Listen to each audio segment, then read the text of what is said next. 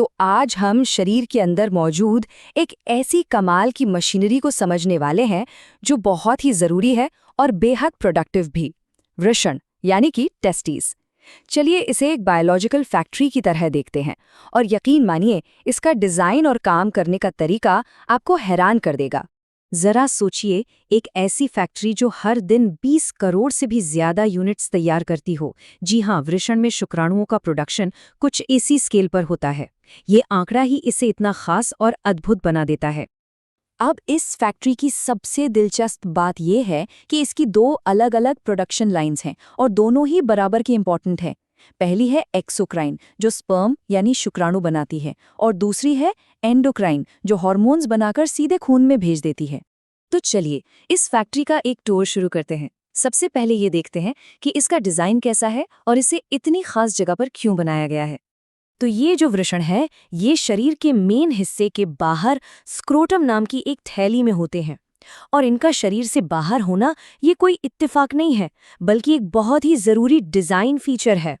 लेकिन शरीर से बाहर क्यों? क्योंकि शुक्राणु बनाने के लिए शरीर के नॉर्मल टेम्परेचर से लगभग 2 से 3 डिग्री सेल्सियस कम तापमान चाहिए होता है और शरीर के बाहर होने की वजह से ये कूलिंग इफेक्ट मेंटेन हो पाता है जो हेल्दी स्पर्म प्रोडक्शन के लिए बहुत ही ज़्यादा ज़रूरी है। किसी भी फैक्ट्री की तरह इसकी भी अपनी मजबूत दीवारें हैं जो अंदर की नाजुक मशीनरी को बचाती हैं।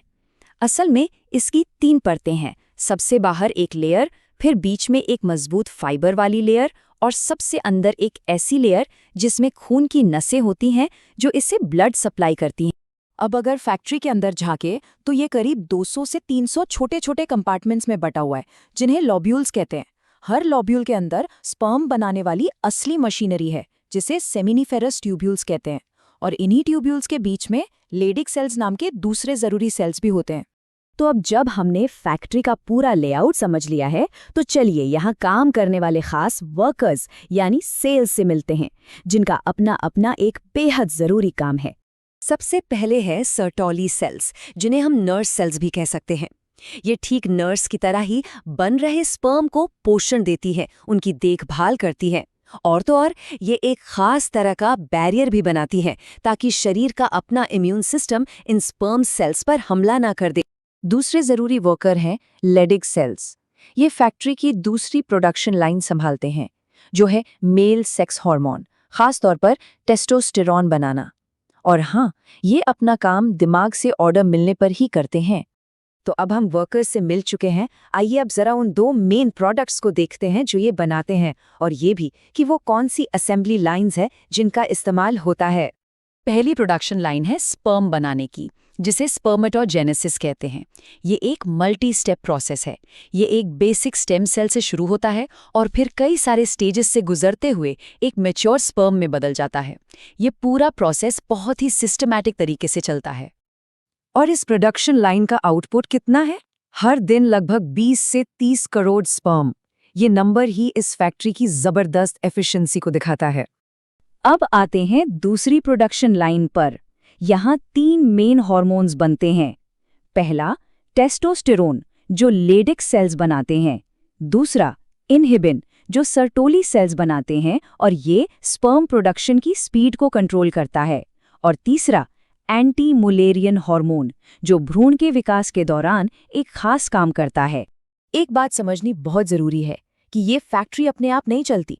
इसे लगातार अपने कॉर्पोरेट हेडक्वार्टर्स यानी कि हमारे दिमाग से ऑर्डर्स और इंस्ट्रक्शंस मिलते रहते हैं। ये कमांड चेन बिल्कुल सीधी और साफ है। दिमाग का हाइपोथैलेमस पिट्यूटरी ग्लैंड को सिग्नल देता है और फिर पिट्यूटरी ग्लैंड वृषण को कंट्रोल करती है। ये एक तरह का टॉप डाउन मैनेजमेंट सिस्टम है। पिट्यूटरी ग्लैंड 2 तरह के खास केमिकल मैसेज यानी हार्मोन्स भेजती है। पहला है FSH जो सर्टोली सेल्स को स्पर्म बनाने का ऑर्डर देता है और दूसरा है LH जो लेडिक सेल्स को टेस्टोस्टेरॉन बनाने का ऑर्डर देता है। मतलब दोनों के लिए अलग अलग इंस्ट्रक्शन। और ये सिस्टम बहुत ही स्मार्ट है। जब शरीर में टेस्टोस्टेरॉन का लेवल बढ़ जाता है तो ये खुद ही दिमाग को सिग्नल भेजता है कि अब और प्रोडक्शन की ज़रूरत नहीं है, इसे धीमा कर दो। ठीक उसी तरह जब स्पर्म काउंट सही लेवल पर पहुंच जाता है तो इनहिबिन हार्मोन दिमाग को प्रोडक्शन धीमा करने का सिग्नल देता है। ये एक ऑटोमेटिक बैलेंस बनाए रखता है। चलिए अब इस टूर के आखिरी हिस्से में ये देखते हैं कि जब इस कॉम्प्लेक्स और सेंसिटिव बायोलॉजिकल फैक्ट्री में कुछ गड़बड़ हो जाती है तो क्या होता है। टेस्टिकुलर टॉर्शन एक बहुत ही सीरियस प्रॉब्लम है। इसमें फैक्ट्री की सप्लाई लाइन यानी वो नस जिससे खून आता है वो मुड़ जाती है और ब्लड सप्लाई बंद हो जाती है। ये एक मेडिकल इमरजेंसी है जिसमें तुरंत इलाज की ज़रूरत होती है।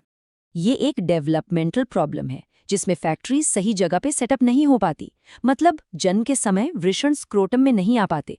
और जैसा हमने पहले बात की थी, सही तापमान के लिए इनका शरीर से बाहर होना कितना ज़रूरी है। ये हार्मोन बनाने वाली प्रोडक्शन लाइन में गड़बड़ी होने से होता है।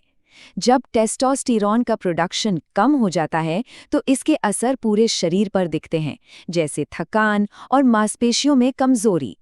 और आखिर में टेस्टिक्युलर कैंसर, जो खासकर युवा पुरुषों में काफ़ी कॉमन है। इसका पहला लक्षण अक्सर एक दर्द रहित गांठ होती है, इसीलिए रेगुलर सेल्फ चेक करना बहुत ज़रूरी हो जाता है।